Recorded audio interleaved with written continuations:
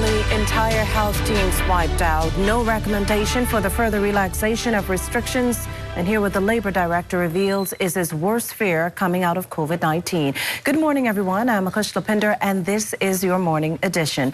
The number of confirmed COVID-19 cases increases, and based on the long-term projections of what's called the Richards curve, there's every expectation this trend will not only continue, but be greater. Chief Advisor Dr. Mercelin Dal-Regis is basing this on what recently transpired in Medical Surgical Ward 2 of the Princess Margaret Hospital, whereby a patient was eventually found to have the virus. Add to that increased testing. It's that increased testing that's led to officials discovering another 2 cases, both women, one 50, the other 29 years. Now, sadly, there's also been another 2 deaths, 2 men, a 51 and a 53-year-old, pushing that number to 11. Here's what Health Minister, the Honorable Dr. Duane Sands, disclosed during yesterday's press briefing. 15 of the 72 confirmed cases of COVID-19 are healthcare workers. There are 2 new recovered patients for a total now of 14 recovered. We have 9 hospitalized, 8 in New Providence at Doctors Hospital West, and 1 in Grand Bahama at the Rand Memorial Hospital. April 24th, B Project. Just to backtrack a bit to what actually took place at PMH, according to the minister, Sandilands Rehabilitation Center referred a patient from the Robert Smith unit to the hospital on April 5th. The patient was treated and discharged 10 days later, April 15th to be exact. Days later, the Medical Surgical Ward 2 of PMH declared a positive COVID-19 case. The ward was subsequently closed to new admissions on the 18th, and a day later, the said patient returned to be tested. On April 20th, it was confirmed that the patient had contracted the virus. He is receiving care at the Doctors Hospital West facility.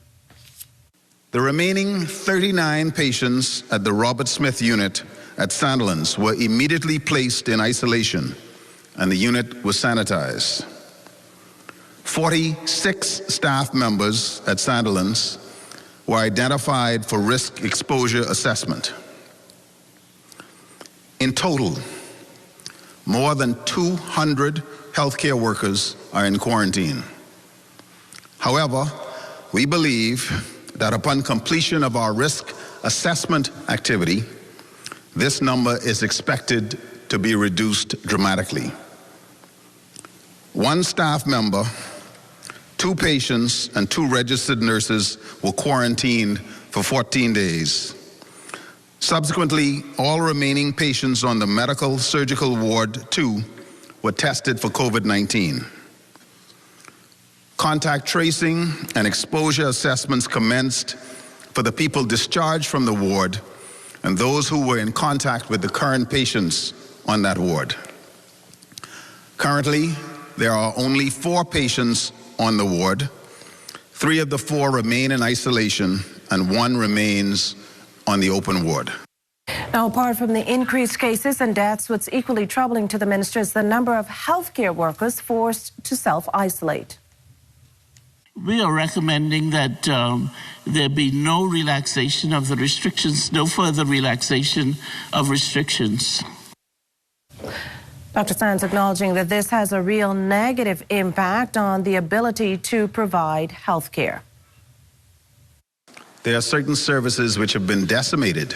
If you listen to the comments made by Dr. Loxley Monroe, a seasoned, experienced general surgeon, he speaks to the fact that his team has been reduced to 2.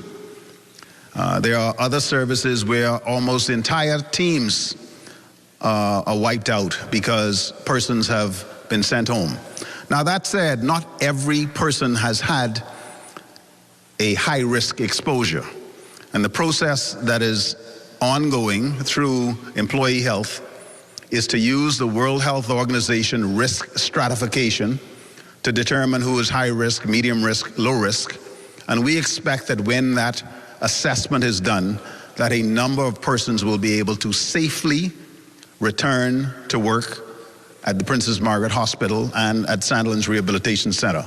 PMH's Medical Chief of Staff, Dr. Carolyn Burnett, says they've been mitigating the situation to ensure there's adequate clinical coverage. Before this all started, we put measures in place, including discharging as many patients as we could. So our census is quite low at this time at Princess Margaret.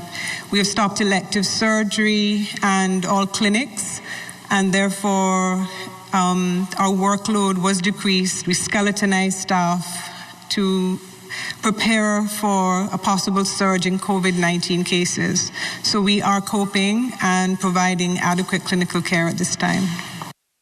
Now, these developments are all coming to light following a relaxation of restrictions. When asked if they suggest the Prime Minister revisit this, Dr. Dal Regis responded with this. We are recommending that there be no relaxation of the restrictions, no further relaxation of restrictions.